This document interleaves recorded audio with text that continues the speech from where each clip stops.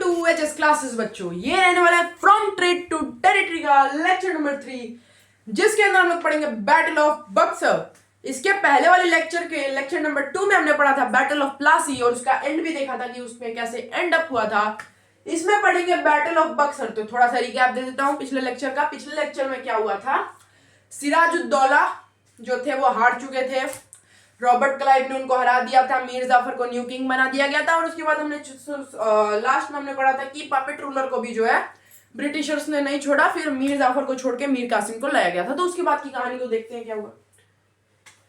फिर उसके बाद की कुछ कहानी आपकी इस प्रकार रहती है। मीर जाफर को जो है रीइंस्टॉल, मीर कासिम को मीर जाफर की जगह लाया गया था, इंस्टॉल किया गया था। पर मीर कासिम जो है कंप्लेन करने लगा था। मीर जाफर को हटा के मीर कासिम को लाए थे, तो ये क्या करने लगा था, ये कंप्लेन करने लगा था भैया कि हम नहीं रहेंगे। कंप्लेन करने गया था, फिर रीइंस्टॉल किया गया। किसको रीइंस्टॉल कर दिया गया? रीइंस्टॉल किया गया किसको? मीर जाफर को। फिर मीर जाफर को लाया गया। मीर जाफर जो था कंपनी को क्या देता था? 5 लाख रुपए देता था। क्यों देता था? क्योंकि वो एक था पपेट रूलर, कंपनी के इशारों पे काम करने वाला रूलर था। वो पपेट रूलर था, रूलर। ठीक है, तो मीर जाफर जो था कंपनी को 5 लाख रुपए देता था। क्यों देता था भैया? क्या कहानी है? आप तो बहुत आगे आगे भाग रहे हो, समझो, आराम से समझो। ठीक है, बात यहाँ पे ये है कि जब सिराजुद्दौला हार चुके थे, मीर जाफर को न्यू किंग बनाया गया, तो वो एक पपेट रूलर था। पपेट रूलर का मतलब क्या होता है कि जो पपेट रूलर, वैसा रूलर जो किसी के कहने पे काम करे। और मीर जाफर उन्हीं में से था जो किसी के कहने पे काम करता था। मीर जाफर जो था वो कंपनी के कहने पे काम करता था, और कंपनी के कहने पे वो क्या काम करता था? वो रेवेन्यू देता था। पूरी कहानी को बढ़िया समझो, ये बात आपको फिर बाद में समझ नहीं आएगी कि बैटल ऑफ बक्सर का मेन कारण कहाँ था। बहुत से चैनल है जो ऊपर से लेके चल जाते हैं, मोटी मोटी बात बताते हैं। हम लोग एनसीईआरटी की लाइन बाई लाइन आपको समझा रहे हैं। ठीक है, तो पूरी बात बढ़िया समझो। रिवेन्यू देता था। रिवेन्यू का सोर्स क्या था? रिवेन्यू भी कहां से आएगा? तो रिवेन्यू का सोर्स क्या था? टैक्सेशन था, जो था वो रिवेन्यू का सोर्स था। टैक्सेस कहां से आते थे? पुअर पीजेंट से लैंड पुअर पीजेंट जो थे उनसे टैक्सेशन आता था। तो कुछ ये इस टाइप की कहानी थी। तो ये ब्रिटिशर्स किसी के नहीं थे। मैंने आपको ये बात पहले ही बताई हुई थी कि ये जो ब्रिटिशर्स हैं वो किसी के नहीं है, किसी को भी कभी भी धोखा दे सकते हैं। तो ये ब्रिटिशर्स जो है मीर जाफर को भी धोखा दिए, मीर कासिम को भी धोखा दिया, और सबको धोखा दिया। फिर मीर कासिम को हटा दिए जब उसने कंप्लेंट करने लगी। तो फिर उसके बाद वापस बोले कि नहीं भाई, अब हम लोग को वापस मीर जाफर चाहिए। मीर जाफर बैठा भी उसी इंतजार में था कि भैया मेरे को वापस आना है। अब देखो, आप जो ये लेक्चर पहली बार देख रहा होगा उसको कुछ समझ में नहीं आएगा। इसके पहले के 2 लेक्चर पहले अटेंड करके आइए, तभी आपको कुछ समझ में आ पाएगा, क्योंकि यार कहानी बहुत आगे बढ़ चुकी है, बैटल ऑफ बक्सर पे आ चुकी है। लिख देता हूं दी बैटल ऑफ बक्सर। और ये जो है ये आपके एक टाइप के नोट्स है, तो इनको लिखते रहो भाई। क्यों? क्योंकि 9th के अंदर ये आपको बहुत हेल्प करेंगे। अब समझते हैं बैटल ऑफ बक्सर। कभी भी सोशल पढ़ा जाता है तो उसको फ्लो चार्ट्स के फॉर्म में पढ़ा जाता है, जिससे हम लोग जो है रिकॉल करने में उसको इजी होता है। ठीक है, तो अब समझते हैं बैटल ऑफ बक्सर का मेन कारण क्या था। बैटल ऑफ बक्सर का मेन कारण अब ये था कि मीर जाफर को वापस से किंग बना दिया गया था, नवाब। पहला पॉइंट लिख लो, Mir Jafar was reinstalled as new king. ये पहला रीजन हो गया। समझना कहानी कहां से कहां घूम रही है। Reinstalled as new king, Mir Jafar को वापस राजा बना दिया गया। उसके बाद की कहानी को समझिए कि फिर कहानी कहां घूम रही है। मीर जाफर को जैसे ही नया राजा बनाया गया तो वो 5 लाख रुपए देता था। सीधी सी बात है, कहां से देता था भैया? तो भैया ये देता था रिवेन्यू टैक्स कलेक्शन से। रिवेन्यू टैक्स कलेक्शन से आप 5 लाख रुपए देता था। तो उसके बाद आपके एनसीईआरटी में क्या लिखा हुआ है कि every month, but the company wanted more money and financed its wars and made the demands of trade and its other expenses. By the time Mir Jafar died in 1765, the mood of company had changed. Having failed to work with the puppet Nawabs, Clive declared, "We just needed indeed to become Nawabs ourselves." तो देखिए अब कहानी basically होता क्या है। मीर जाफर जो था बेचारा अपना तो पूरा पैसा दे देता था, जितना भी टैक्स कलेक्ट होता था 5 लाख आपकी बुक के अंदर लिखा हुआ है, लेकिन ज्यादा ही देता था। क्यों? क्योंकि कंपनी को मोर मनी चाहिए था उसके ट्रेड के ऊपर, उसके वॉर्स चलते थे, वो ब्रिटिश थे, इंग्लैंड से आते थे भैया। तो इंग्लैंड जो है उस टाइम का मेरा कहने का क्रेडिटर कंपनी क्रेडिटर था, सबको लोन बांटता था, तो उस टाइम पे वर्ल्ड वॉर मेरे ख्याल से 1 चल रहा था, नहीं वर्ल्ड वॉर 1 नहीं चल रहा था, हाँ उस टाइम पे जो है इंग्लैंड का जो है लड़ाई चल रहा था फ्रेंच से, ठीक है। तो उसके वॉर के एक्सपेंडिचर के लिए उनको पैसा चाहिए था, ट्रेड के लिए चाहिए था, जो इंडिया से ट्रेड होता था उसके लिए पैसा चाहिए था, दूसरे एक्सपेंसेस के लिए भी पैसा चाहिए था। तो ये पॉइंट्स याद रखिएगा कि क्यों पैसा चाहिए था उन्हें, 5 लाख रुपए जो रिवेन्यू कलेक्शन हो रहा है वो क्यों चाहिए था। बाय द टाइम, अब कुछ समय हो गया भैया, कितने दिन नवाबी चलाओगे, एक टाइम आएगा कि आपको भी मरना है। जैसे सिराजुद्दौला की मौत हुई तो उन्हें तो मारा गया था, लेकिन मीर जाफर की भी मौत होती है। अब कहानी यहां से बिल्कुल चेंज हो जाएगी। मीर जाफर की भी मौत हो जाती है 1765 में। कब बच्चों? 1765 में भी मीर जाफर की मौत हो जाती है। Mir Jafar died in 1765।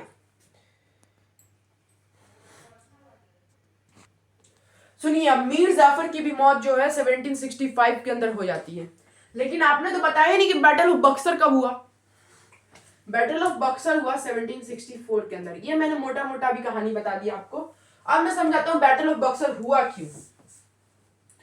आपकी एनसीईआरटी में बहुत ऊपर ऊपर से घिस दिया बैटल ऑफ बक्सर को, मैं थोड़ा आपको एक्सप्लेन कर देता हूं बैटल ऑफ बक्सर में हुआ क्या था।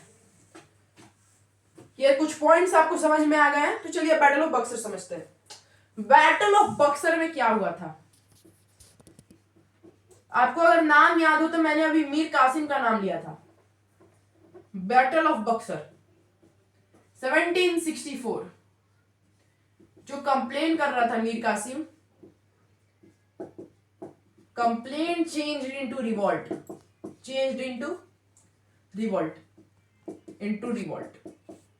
सीधी सी बात है। जो कंप्लेन कर रहा था वो भी नवाब है भैया, वो भी कलकत्ता का नवाब है उस टाइम का। हुगली रिवर बैंक पे जो शहर बचा हुआ था उसके वो भी नवाब है, तो वो भी लड़ेगा जैसे सिराजुद्दौला लड़े, वो भी पपेट रूलर थे। लेकिन अगर आप किसी के ऊपर ज्यादा फोर्स करिएगा, पपेट रूलर, ये सिराजुद्दौला भी पपेट रूलर थे, लेकिन फोर्स करिएगा तो भैया कोई भी लड़ेगा। तो यही लड़ाई जो हुई उसको नाम दिया गया बैटल ऑफ बक्सर। बक्सर ही क्यों नाम दिया गया? जैसे प्लासी का नाम प्लासी दिया गया था क्योंकि प्लासी में लड़ी गई थी, तो सेम यही चीज है, बैटल ऑफ बक्सर भी बक्सर में लड़ा गया था, इसलिए उसको बैटल ऑफ बक्सर कहा जाता है। समझ आई इतनी बात? इतनी बात समझ आई तो कमेंट में लिखो कि हाँ समझ आई। ठीक है, समझ गए बैटल ऑफ बक्सर? कॉन्ग्रेचुलेशन, आपको बैटल ऑफ बक्सर समझ में आ चुका है। आगे बढ़ते हैं, आगे क्या हुआ, आगे बताइए। तो आगे हुआ कुछ ऐसा कि मीर कासिम की मौत हो गई है 1765 के अंदर। कहानी बहुत आगे पहुंच चुकी है, मीर कासिम भी मर चुका है, मीर जाफर मर चुका है, सिराजुद्दौला भी मर चुका है। जिंदा कौन है? जिंदा है अभी रॉबर्ट क्लाइव अभी जिंदा है। मैंने बोला था रॉबर्ट क्लाइव का नाम बहुत इंपॉर्टेंट है, इसका नाम भाई, इस भाई का नाम बहुत याद रखो। क्यों? ब्रिटिशर्स को इंडिया का नवाब बनाने के अंदर सबसे बड़ा हाथ किसी शख्स का है, तो वो है रॉबर्ट क्लाइव। ब्रिटिशर्स को इंडिया के अंदर नवाब बनाने का सबसे बड़ा हाथ किसी का है, तो वो है Robert Clive. The battle of Buxar भी हो गया। अब होगी ब्रिटिशर्स की एंट्री। उस समय से तो ट्रेलर चल रहा था, अब पिक्चर्स बाकी है। तो देखिए होता क्या है। After died of Mir Jafar, Robert Clive को समझ में आ चुका था कि पपेट रूलर से नहीं होने वाला है। वी हैव टू इंडीडेड, ये एनसीईआरटी की लाइन है, we have to indeed as a ruler, as a nawab. अब इस लाइन को थोड़ा समझिए, इस लाइन का मतलब क्या है। इस लाइन का ये मतलब है कि हमें अब खुद से नवाब बनना होगा। और अगर आप लोगों ने लेक्चर नंबर 2 देखा होगा तो मैंने एक आपको लेटर दिखाया था जिसके अंदर जो है रॉबर्ट क्लाइव इंग्लैंड को लेटर भेजता है कि यहाँ पे जो है कब्जा करना बहुत ही ज्यादा आसान है। अगर जिसने लेक्चर नंबर 2 देखा होगा और इस लेक्चर के अंदर आ रहे होंगे तो उन्हें पता होगा कि मैंने एनसीईआरटी बुक, देखो एनसीईआरटी बुक के बाहर कुछ नहीं पढ़ाया जाता है, ये लेटर है। कैमरामैन को बोलूंगा फोकस करने को, दी प्रोमिसेस ऑफ रिचेस, ये लेटर के अंदर लिखते हैं रॉबर्ट क्लाइव इंग्लैंड की रानी क्वीन एलिजाबेथ को लिखते हैं कि माई ऑनेस्टी बोला जाता है, जैसे जो जज होते हैं, my honesty there is very willingly to be we can take over the charges in the country. क्यों चार्जेस ले सकते हैं? क्योंकि बहुत इजी है, यहाँ पे लोग बुद्धू हैं, ऐसा कह के वो लिखते हैं और चार्जेस ले सकते हैं, ऐसा वो कहते हैं। आगे कहानी समझते हैं। अब रॉबर्ट क्लाइव ने कह दिया कि अब देखो पपेट रूलर से नहीं होने वाला है, हमें खुद को चार्ज लेना पड़ेगा। अब देखिए, अब होता है, आता है ये 1765 में ही, 1765 का ईयर होता है। 1765 में एक बड़ी चीज होती है कि मीर जाफर की मौत होती है। मीर जाफर डाइड। एक बड़ी चीज ये होती है कि मीर जाफर मर चुका है। उसके बाद जो होता है 1765 के अंदर एक और बड़ी चीज होती है, Mughal rulers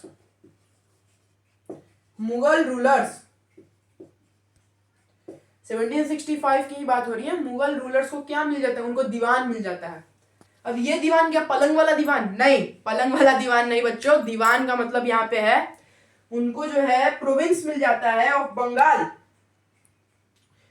Diwan allowed the company to use the vast revenue resources in Bengal. This solved a major problem that the company had earlier faced. From the early 18th century, its trade with India had expanded, but it had to buy most of the goods in India with gold and silver. Britain had no goods to sell in India. देखिए होता क्या है basically, अब समझिए होता क्या है। दीवान मिल गया यानी टोटल रेवेन्यू का राइट अब उनको मिल चुका है। पहले जो था मीर जाफर के टाइम पे कितना रेवेन्यू आता था? 5 लाख रुपए आता था। 5 लाख रुपया में से 5 लाख रुपया लोग अलग माना हुआ, तो बाकी जितना भी था वो किंग के पास जाता था, नवाब के पास जाता था। इतना बात समझ में आया? अब क्या होता है कि मुगल रूलर्स ने उनको क्या कर दिया, उन लोगों को दीवान दे दिया। दीवान बहुत ही इंपॉर्टेंट वर्ड है, डायरेक्ट क्वेश्चन बनेगा कि दीवान क्या था। तो यहां पर लिख देता हूं दीवान क्या है। DIWAN, दीवान, ये स्पेलिंग रहने वाली है। दीवान क्या था? It gives full province to company for revenue collection. अब जितना भी रिवेन्यू आएगा टोटल कंपनी को जाएगा। ये बात क्लियर हो गई? तो लिखो CH, क्लियर हो गई। ठीक है, अब टोटल रिवेन्यू जो कंपनी का आएगा, तो कंपनी का इससे एक बहुत बड़ा जो दिक्कत था वो सॉल्व हो चुका है। क्या दिक्कत था सर? तो सर दिक्कत ये था कंपनी के पास कि उनको जो चाहिए था मोर मनी चाहिए था कंपनी को। जो वो समझ चुके थे पपेट रूलर से नहीं होगा, उन्हें इंडीड करना था। आखिरकार 1765 के अंदर ही जब रूलर्स ने उन्हें दीवान दे दिया, भैया फुल राइट दे दिया रिवेन्यू कलेक्शन का, तो उनके पास तो खुशी हो गई, सोने पे सुहागा वाली बात हो गई। यहाँ पे फुल रिवेन्यू का राइट मिल गया, कंपनी की मेजर प्रॉब्लम ही सॉल्व हो गई इंडिया में। ठीक है, लेकिन एक और दिक्कत थी यहाँ पे कि कंपनी को जो था मैक्सिमम नंबर ऑफ गुड्स जो था वो गोल्ड और सिल्वर के अंदर खरीदना पड़ता था। ट्रेड का ओवरफ्लो जो था एंटायरली स्टॉप हो चुका था। Assumption of Diwani. Now revenues from India could finance company expenses. This revenue could be used to purchase cotton silk. देखिए अब कंपनी की सबसे बड़ी प्रॉब्लम यहाँ पे सॉल्व हो चुकी है। तो इसको आप समझ सकते हैं बैटल ऑफ बक्सर का कंक्लूजन। अगर कोई आपसे पूछता है कि बैटल ऑफ बक्सर का कंक्लूजन क्या था, तो आप उसको डायरेक्ट ये दीवान वाली बात बताओगे। ठीक है, अब देखते हैं आगे की कहानी क्या होती है। Company became nabobs. Company became nabobs, ये आपका नेक्स्ट टॉपिक है। कंपनी बिकेम्स नाबूब्स, लिख देता हूं मैं यहां पे, कंपनी बिकेम नाबूब्स। क्या मतलब है इसका? कंपनी के जो ऑफिशियल्स थे वो अब नाबूब्स बन गए थे, यानी राजा बन चुके थे। आओ देखते हैं हुआ क्या। What did it mean by the Nawabs? It means, of course, that the company acquired more power and authority, but it also means something else. Each company servant began to have a vision of living like Nawabs. After the Battle of Plassey, the actual Nawabs of Bengal were forced to give the land and vast sum of money as personal gifts of company officials. Robert Clive himself assumed a fortune in India. He had come to Madras, now Chennai, from England in 1743 at the age of 18. तो समझिए हुआ क्या. नबूब्स का मतलब है यहाँ पे nawabs. देखिए कंपनी के ऑफिशियल्स नवाब अभी नहीं बने, ऑफिशियली अभी बने हैं, लेकिन वो नवाब्स बहुत पहले से बन चुके थे जब पपेट रूलर का टाइम था. वहां पे जो पपेट रूलर का टाइम था तो जो नवाब्स थे बंगाल के उस टाइम पे वो कंपनी को ऑफिशियल्स को जो थे महंगे महंगे गिफ्ट देते थे. तो भैया इन्हें गिफ्ट क्या मिलते थे, क्या गिफ्ट मिलते थे भैया, इन्हें गिफ्ट क्या मिलते थे, इन्हें लैंड्स मिलते थे. बहुत बड़ा गिफ्ट, लैंड्स. ले जाओ मेरा जमीन, सीधे ले जाओ, जमीन ले जाओ, रिवेन्यू ले जाओ, सब कुछ ले जाओ, देश ले जाओ. ये वाली बात हो चुकी थी. और ये सब के पीछे हाथ किस महापुरुष का था, उसी महापुरुष का था जो मद्रास से आए थे, जिनका नाम था रॉबर्ट क्लाइव. रॉबर्ट क्लाइव ये बहुत ही परमात्मा आदमी थे. इन्होंने भारत के अंदर नवाबी भी ला दी. किसकी, ब्रिटिशर्स की. बैटल ऑफ प्लासी भी करवा दिया, बैटल ऑफ बक्सर भी करवा दिया, और आपके सिलेबस में इतना कुछ बढ़वा भी दिया. मारो इनको पटक के, लेकिन ये मर चुके हैं. तो ये एज ऑफ 18 के अंदर आए थे इंडिया के अंदर. 18 साल का हरामी आ गया था हमारे इंडिया के अंदर. 18 साल का था तभी आ चुका था, सोच लो. उस टाइम से आ गया, इतना क्या बोले हम. तो चलिए आगे पढ़ते हैं. आगे हुआ क्या, आगे क्या हुआ, आगे इसने क्या क्या करवाया. इतने में इसका पेट नहीं भरा, अभी और सुनिए. He had come to Madras from England in 1743 and age of 18. When 1767 he left India. चलो इंडिया को तो छोड़ा. India, his Indian fortune was worth of 401,102 euros. Interestingly, when he was appointed governor of Bengal in 1764, he was asked to remove corruption in company administration, but he was himself cross-examined in 1772 by the Britishers parliament, which was suspicious of his vast wealth. Although he was acquitted, he committed suicide. अब देखिए company वाले इनको भी नहीं छोड़े. ये बेचारे ससुरा ठहरे कंपनी के वफादार आदमी, कंपनी भी इनके साथ वफादारी दिखाती. चलिए समझते हैं कंपनी कैसे वफादारी दिखाई है. कंपनी बहुत प्यार से इनके साथ वफादारी दिखाई है. देखिए समझिए हुआ क्या. कंपनी ने पैसा दिया, पावर दिया, अब फिर बाद में सब कुछ ले लिया. बेचारे को बाद में सुसाइड करना पड़ गया. ये क्या हो गया इस ससुरा के साथ. इस ससुरा के साथ कुछ अच्छा नहीं हुआ. सुनिए हुआ क्या. ये आए थे भैया 1764 के अंदर. इनको अपॉइंटेड कर दिया गया था गवर्नर ऑफ बंगाल. अब गवर्नर बन गए तो छापेंगे मोटा पैसा. इनकी वेल्थ मैं आपको बता देता हूं. इनकी वेल्थ कितनी थी बच्चों, 1767 की बात है. इनकी कितनी वेल्थ थी, 1767 के अंदर इनकी वेल्थ कितनी थी. कितने यूरोस थे, यूरो का सिंबल थोड़ा ऐसे करके होता है, ठीक है. कितनी वेल्थ थी इनकी, 401,102 यूरोस. बाप, इतना पैसा तो हमारा बिहार के पास नहीं है जितना इसका अकेले का वेल्थ था. और सुनिए अपॉइंटेड हो गए थे 1764 के अंदर गवर्नर ऑफ बंगाल. अब सुनिए फिर हुआ क्या. इनको बाद में दिया गया कि कंपनी एडमिनिस्ट्रेशन से करप्ट आदमी को निकालो. इनको दिया गया कि करप्ट आदमी को निकालो. ससुरा खुद ठहरा करप्ट, खुद है करप्ट है तो क्या करप्ट को निकालेगा. इसको दिया गया कि करप्ट को निकालो, ये खुद है करप्ट है. इसके खुद के थाली में छेद हो रखा है, दूसर का थाली में से क्या छेद दिखेगा. उसके बाद सुनिए हुआ क्या. 1772 में कंपनी वाला बोला कि रुक तू इधर आ, तेरे को ही देखता है कि तू खुद करप्ट है कि नहीं. 1772 के अंदर देखा गया भैया कि ये खुद करप्ट तो नहीं है, कंपनी के करप्ट को निकालेंगे, खुद करप्ट है.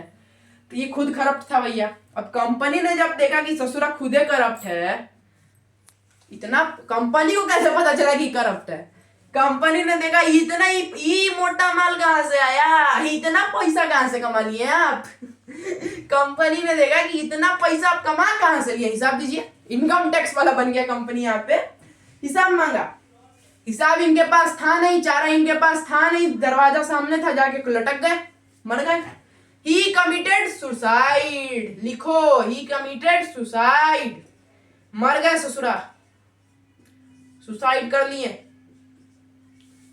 ठीक है, फाइनली किस्सा तो खत्म हुआ इसका, बड़ा अत्याचारी आदमी था। आगे पढ़ते हैं, कितना कुछ बढ़वा दिया सिलेबस में। पलासी का युद्ध पढ़ो, बक्सर का पढ़ो, उसके बाद देखो कैसे नवाब बना सब, ससुरा लास्ट में मरिए गया तो क्या फायदा था। However, not all company officials succeeded in making money like life. Many died an early death in India due to diseases and war, and it would not be right to regard all of them as a corrupt and dishonest. Many of them came from humble backgrounds and returned to Britain to lead comfortable life. Those who managed to return with the wealth led flashy lives and flaunted their riches. They were called Naboobs, and anglicized version of Indian word Nawab.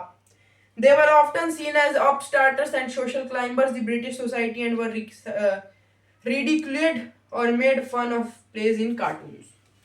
अब हुआ क्या ना कि बहुत सारे company officials जो थे वो पकड़े नहीं गए, बहुत सारे पहले ही मर चुके थे, वॉर की वजह से वो लोग मर चुके थे पहले ही, कुछ डिजीज के चलते मर चुके थे, तो बहुत सारे पहले ही मर चुके थे।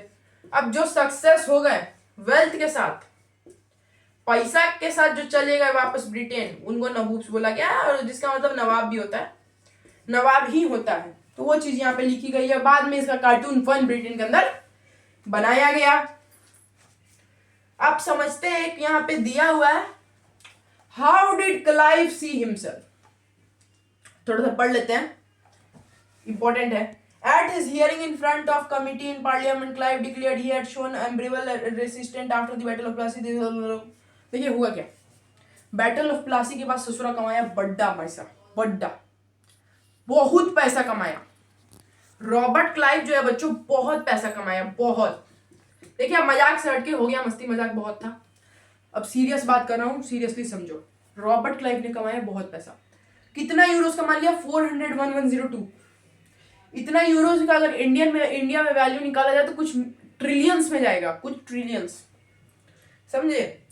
बहुत पैसा कमाया। तो इसने himself has declared him that he has been corrupted, और इसने खुद नहीं मान लिया कि मैं जो हूं मैं करप्ट हूं, मैंने इतना पैसा जो है बैटल ऑफ प्लासी के पास धांधली करके कमाया है। ठीक है, तो ये कुछ कहानी था। अब आपका रॉबर्ट क्लाइव का जो किस्सा है वो खत्म हो चुका है। अब चलिए अगले किस्से में बढ़ते हैं, कंपनी रूल्स एक्सपांड्स। तो ये जो है ये भी एक इंपॉर्टेंट टॉपिक है, कंपनी रूल्स एक्सपांड्स का। थोड़ा इसको क्लीन कर लूं मैं बोर्ड को। कंपनी रूल्स एक्सपांड्स, थोड़ा समझिएगा इसको भी। कंपनी रूल कैसे एक्सपांड किया? अब यहां से जो है नवाब तो रॉबर्ट क्लाइव ने बनवा दिया था। अब कंपनी रूल्स एक्सपांड एक टॉपिक है आपका, छोटा सा पढ़ लेते हैं। ये आपका लास्ट टॉपिक रहने वाला है, company rule expand. Company rules expand, expand. Company rule कैसे एक्सपांड हुआ?